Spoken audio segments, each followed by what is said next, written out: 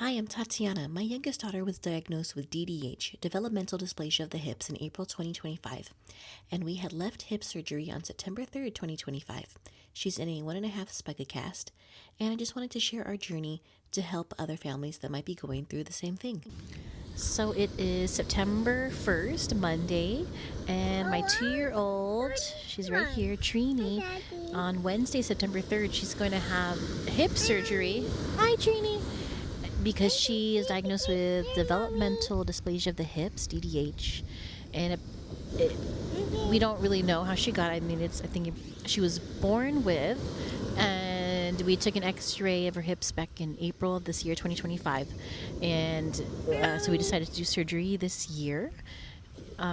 Yes, so I just wanted to document this experience in the process. We had a beach day today because Trini's not going to get to go to the beach for a while, as she'll be in a cast for the next 6 to 8 weeks. Yeah, and so we're enjoying today, and I'm very nervous and anxious, as you can imagine, all the feelings. So it's 4:30 a.m. We're on our way to Kaiser. Very tired, scared, terrified, all the things, but this will go well. Right, Trini? Yes, this will go very well.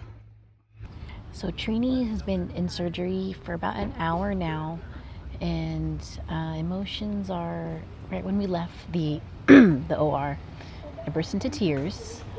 I'm better now because I ate breakfast, and my emotion now is kind of like just calm, I guess is the word for it.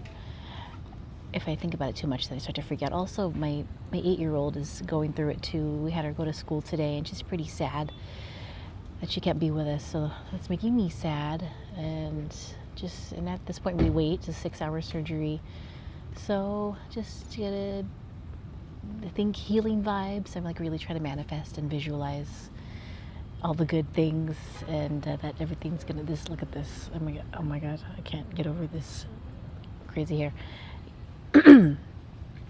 Yeah, we left the house like at 4:15 a.m. this morning, so this is me today, and just thinking all the positive vibes, and we'll be very excited to see my baby come out. I know she'll be groggy and everything, but yes, it's 9:15 a.m.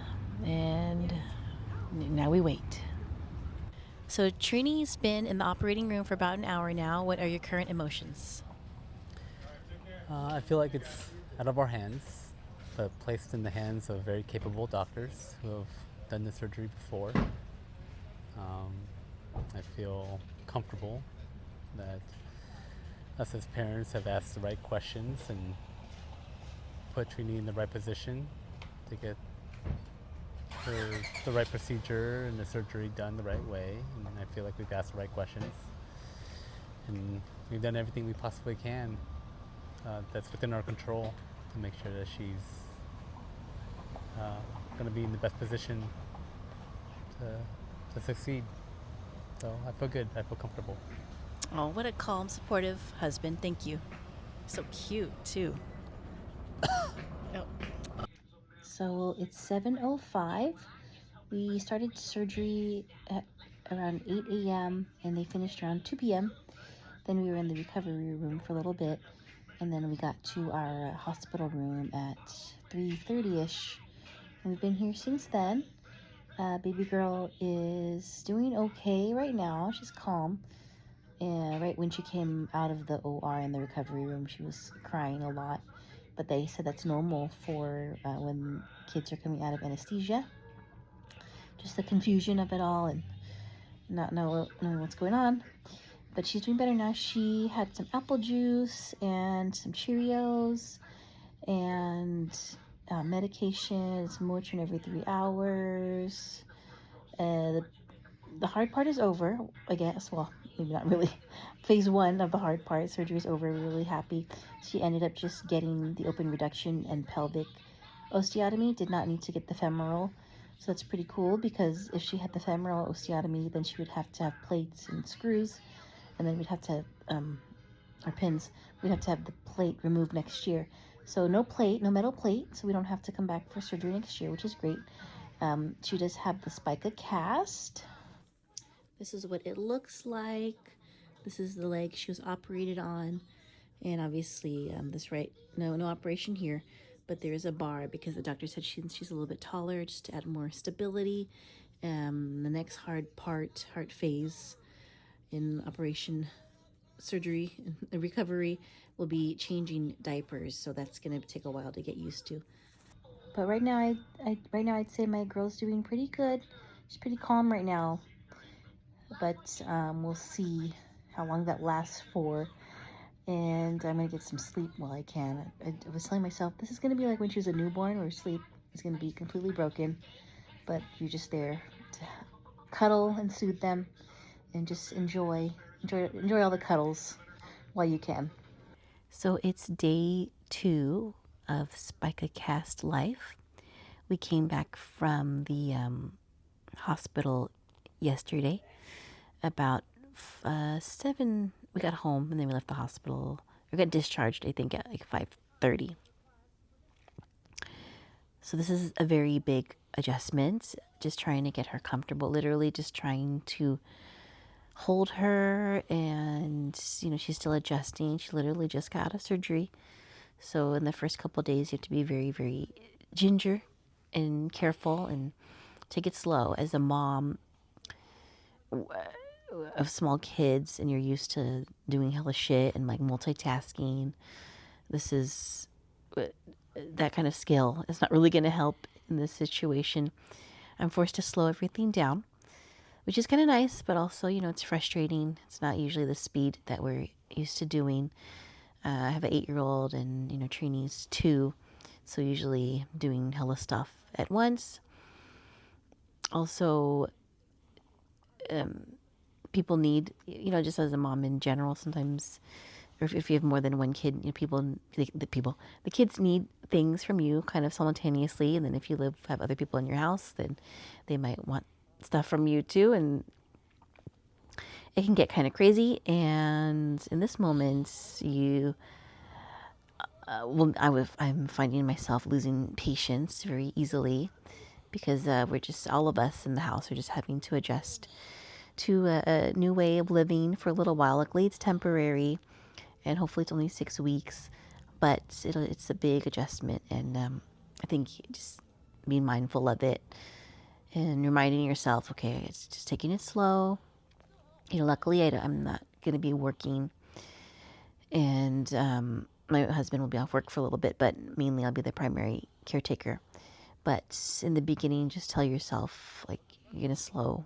You got to tell yourself and anyone in your family. We had to explain to our 8-year-old, we can't really, the focus will be on her sister. So if you have other kids in the house, you have to remind them to be patient, and you might have to reward them and not bribe them, but, just make them also the other kids feel special, because your attention will be on on your little post-op baby or child.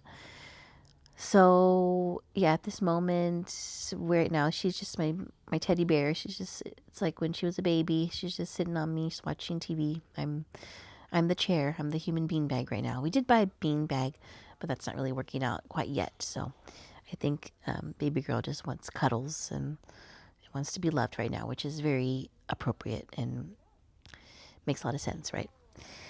So yeah, this is day 2. Oh, and diaper changing is very awkward right now. The doctors say, as she gets more settled into her cast, you don't have to be as ginger about it. But the whole part about, so essentially you tuck in a smaller diaper to a smaller size. So our daughter currently wears a 5, but the cast opening is a little bit smaller than that. So we put a 4 inside, and on the outside we put a 6. So you just tuck it in, and it's just kind of hard on the butt part. She hasn't poo-pooed yet, which she's constipated right now, because she hasn't been eating, which is also normal if they don't have their usual appetite for the next couple days, or hopefully today is Friday, so hopefully by Saturday or Sunday. But anyways, we haven't had a poo-poo yet, so I'm a little nervous about that part. We've only had pee-pees, which have been manageable, but the goal is to change their diaper every 2 or 3 hours again, just like a newborn. And because, we want to keep it clean. We try to avoid diaper rash, keep it clean, keep it fresh. So we're getting used to the diaper changing part. And that's, yeah, and then the medicine part's kind of hard too. That's not really her favorite thing to eat. That's like every 3 hours you got to alternate the Motrin and Tylenol. So those are the biggest challenges right now. But as far as her, she's calm, she's chilling, she's watching a movie.